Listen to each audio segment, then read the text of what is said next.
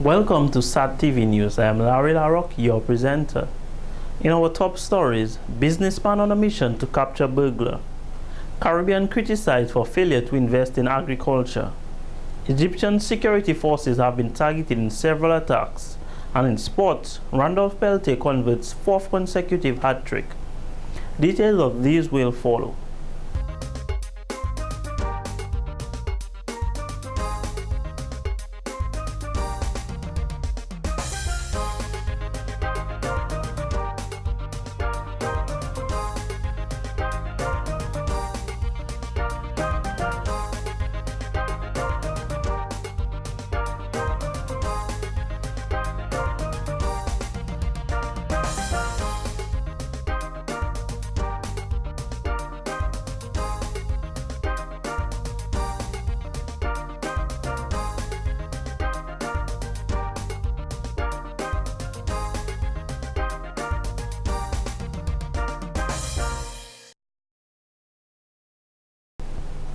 Welcome back.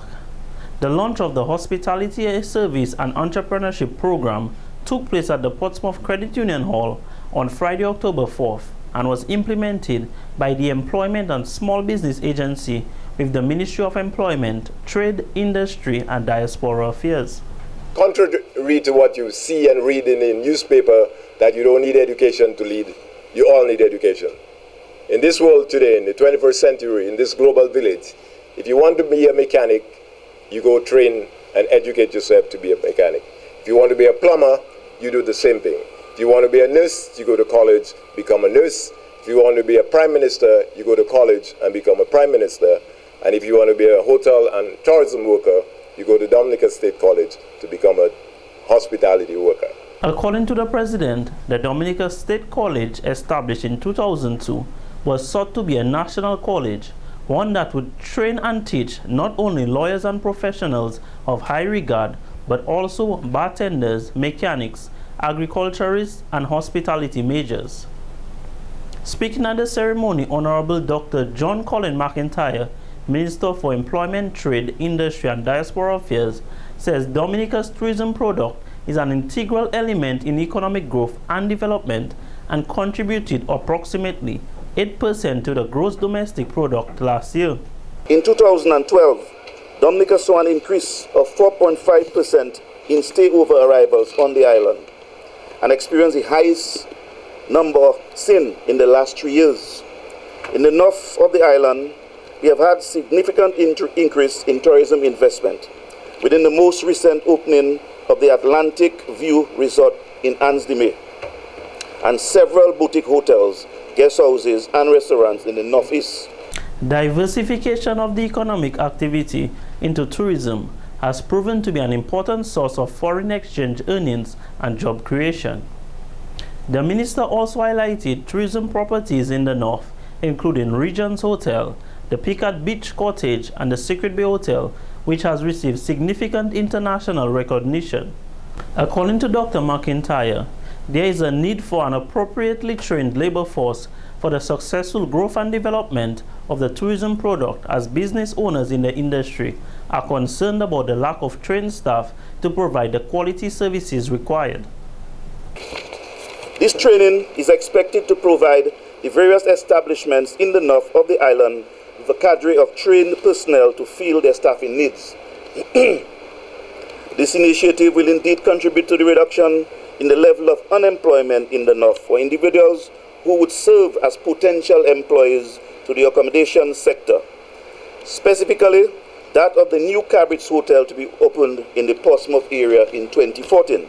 The program will target 90+ individuals who are unemployed and who reside in the north of the island and will offer 4 entrepreneurship programs, including bartending, front desk operations, serving staff, and housekeeping. All trainees will also be enrolled in a customer service training. 98% registered for the program, which began today, Monday, October 7th. In more news, 47 candidates from grades 1 to 5 wrote and excelled in the ABRSM Associate Board of Royal Schools of Music theory exam held in May of this year. 31 received distinctions, 13 received merits, and 3 received passes. Ainuela Vital, a grade 2 student, obtained a perfect score. Candidates from the Christian music class were Louis George, Norman Jajak, Randy Rodney, Heidi Fabian, Marvin Murray, and Dan Pius John Baptist. The ABRSM music theory exams aim to give students a thorough understanding of the building blocks of music, starting with the basics of rhythm and notes, and going on to cover harmony and counterpoint, composition, and a broad knowledge of Western music, including composers and their works, structure, style, and period. Each music theory paper is marked out of a total score of 100, with 66 marks required for a pass, 80 for merit, and 90 for distinction. In other stories, the Ministry of Health's Nursing Service Division on Monday, October 7th, launched a 2-day coaching and mentorship training workshop at the Public Service Training Center. The chosen participants said they feel fortunate having been selected for such an important workshop. Principal Nursing Officer Mrs. Caesarina Ferrell expressed her delight in this program finally materializing after being postponed from April to October. It is a fact that the largest single group of professionals in the health sector in most countries are nurses. Hence, we widely influence and impact health outcomes. The rapidly changing healthcare environment demands that efforts are made and initiatives taken to support, encourage, and motivate, especially new and inexperienced nurses in various roles, in order to retain competent, productive, efficient, and effective nursing staff. Nursing administration, therefore, have initiated a structured mentorship program in its strategic quest for fundamental solutions. This is geared towards addressing the increasing demands and challenges in the delivery of quality nursing care and the achievements of its vision for excellence and professionalism. The aim of the program is to provide trained mentors in the nursing service who will assist in coaching nurses towards professionalism and competence during their first months of practice and whenever deemed necessary by their supervisors. It will also work to develop and encourage supportive relationships to guide nurses in their professional and interpersonal growth, to promote mutuality and share information based on the needs of colleagues.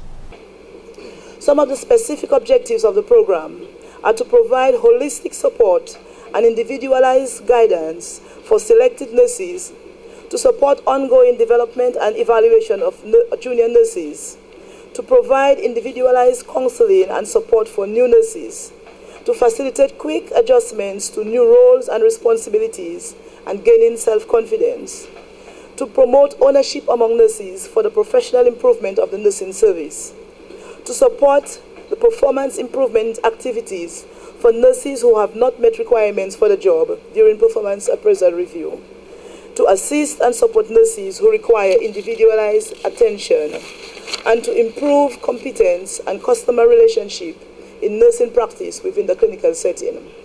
Permanent Secretary in the Ministry of Health, Mrs. Helen Roy, noted this program will aid in enhancing the nursing service in Dominica. According to Mrs. Roy, nurses are the main contributors to the delivery of healthcare in Dominica and the wider region, and the Ministry of Health remains committed to providing quality healthcare for all who utilize these services. The Ministry of Health and the Government of Dominica, through other ministries, has implemented several measures over the years to help in the motivation of nurses in the nursing service and improvement in their professional and personal development.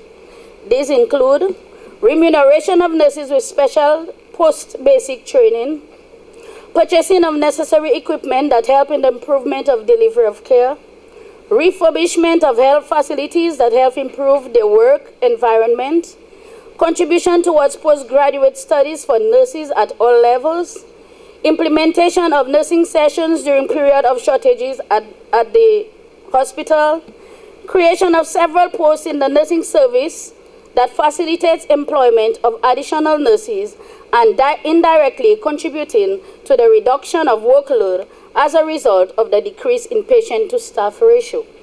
Improvements in customer service and health delivery remain a major concern for the Ministry of Health at both the primary and secondary level. In order for nurses to deliver quality health care, they must demonstrate competence and assertiveness in their daily undertakings. Mrs. Roy advised the nurses to ensure they effectively use the knowledge acquired through this program to uplift their profession to the next level. In other news, owner of Deepak Scholar Labs print factory located in Kenfield, Mr. Emil Deputa, is calling on the public to assist him in finding the young man who burglarized his business on Saturday, October 5th. He noted after receiving a call about the burglary, he went to the factory where, in reviewing the video surveillance, realized that from 3 a.m. to 5:10 a.m., a young man made several trips stealing a number of items. I, for one, I'm not going to give up. I'm not going to sleep, right? Definitely until that guy is caught, right? There is nowhere that he can hide right now in the world, right? And then when he is caught, finally, then he will have some sleepless nights, because it's not something that I'm going to leave lying around or say I give up on that or forget about it or he's out on bail or whatever it is. Sorry sir, but you came to the wrong place, right? Because I cannot allow that to happen. After all of us, we work hard for our stuff. If you wanted a job, you could have come and check us out for it. If you wanted a donation for something, you come and you ask for it, but you don't go around stealing people's stuff. Some of the items stolen included, but were not limited to, 2 steel brush cutters, t-shirts, chainsaws, a vehicle headlamp, computer-related material, and a significant amount of cash totaling well over $10,000. Mr. Deputa urged the public not to purchase any items of unknown origin and said if caught purchasing stolen items, they will be in just as much trouble as the individual who stole them. I will not feel sorry for anybody who buys these stolen items from a known thief, because the guy is a known thief. He has terrorized the people of Bath Estate for a while now, and then he has left Bath Estate and now terrorizing the people of Kenfield, the poor people I may add, of Kenfield, because this is not the first place that he is going into, right? We have caught him, we have the evidence and so on, but it's not the first place that he has gone into. It is suspected that the burglar forced entry into the building but left the front door open after leaving with the stolen items, which also included cash from an employee's handbag, which he forgot after leaving work the Friday evening. Mr. Deputa is advising the burglar to surrender himself immediately to the police, as he will not rest until he is captured and brought to justice. Persons wishing to help in that regard can visit Emil Deputa's Facebook page, where information and pictures of the burglar can be found. Honestly, this is not the best place to break into, right? We will continue to step up on our surveillance, right? And we will not stop. We will continue to do whatever it is that we have to do to make it very uncomfortable for any thief or anybody who tries to deny us from our hard earnings, right? So it's not the first time. It may not be the last time, because we all know a thief is a thief, right? So it may not be the last time, but I can tell you every time that it happens, we will definitely catch the people. This is the second time Deepak's print factory has been burglarized, but almost all of the items stolen were recovered at that time. Anyone with information on this incident or any other incident can call Crime Stoppers on 1-800-8477 or the police hint line on 1-800-4468. In more news, speaking on the opening ceremony of the Dominic State College's Hospitality Service Training Program, Minister for Employment, Trade, Industry and Diaspora Affairs, Dr. John Colin McIntyre says The Roosevelt-Skerrit-led administration will follow through on unemployment solutions for Dominican citizens. In the coming months, the Employment and Small Business Agency is expected to conduct additional entrepreneurship programs, included but not limited to woodworking, tiling, plumbing, masonry, and landscaping. The ministry will also launch an employment and mentorship program which will focus on direct employment initiatives in various sectors as outlined in the 2013-2014 national budget. The minister says they plan to address all unemployment needs in Dominica. The government will also continue to provide financial support to the small business sector and will initiate additional innovative support to the sector through marketing assistance, labor support, and other forms of technical assistance. The Dominica Labour Party government, I mentioned the Dominica Labour Party government, will continue to invest in initiatives which will improve the lives of our people and contribute to the growth and development of the island. Prime Minister Honorable Roosevelt-Skerrit also addressed the gathering and said he is elated that persons from the North have chosen to take advantage of the training opportunities offered by the government. He went on to assure the applicants that upon completion of the program, they will be guaranteed employment within the island. That the majority, if not all, of the properties that have been constructed as we speak in Dominica have received some form of financing, if not all, part of it, from the Agricultural Industrial Development Bank of Dominica, the Aid Bank. We have gone further as a government by not only providing financing to the hotels that have been constructed, but we have gone into the business of constructing hotels ourselves. The Moroccan hotel, he says, will have a minimum of 100 direct jobs on the property. Because I understand at the end of your training, there'll be attachments at various establishments, and we'll be engaging those establishments, those who would like to have more staff, but who are unable to pay for the staff. The government, through the Ministry of Employment, will pay your salary for a particular period of time until that establishment can take you on full-time under the payroll. The training module will include the communities of Marigot, Casibros, and the Carib Territory.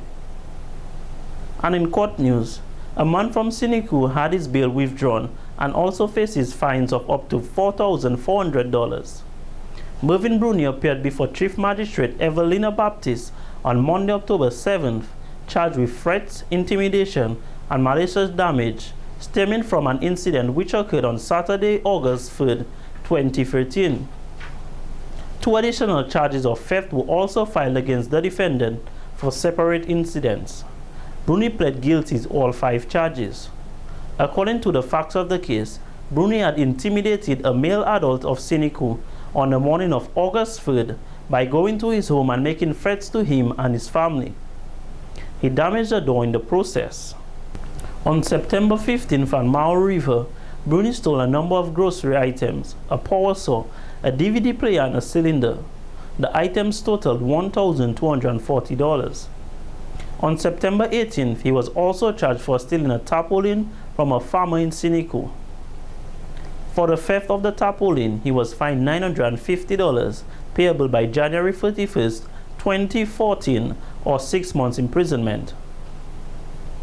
For the theft of the grocery items, the DVD player, the power saw, and the cylinder, he was fined $1,200 to be paid by January 31st, 2014, or 8 months imprisonment.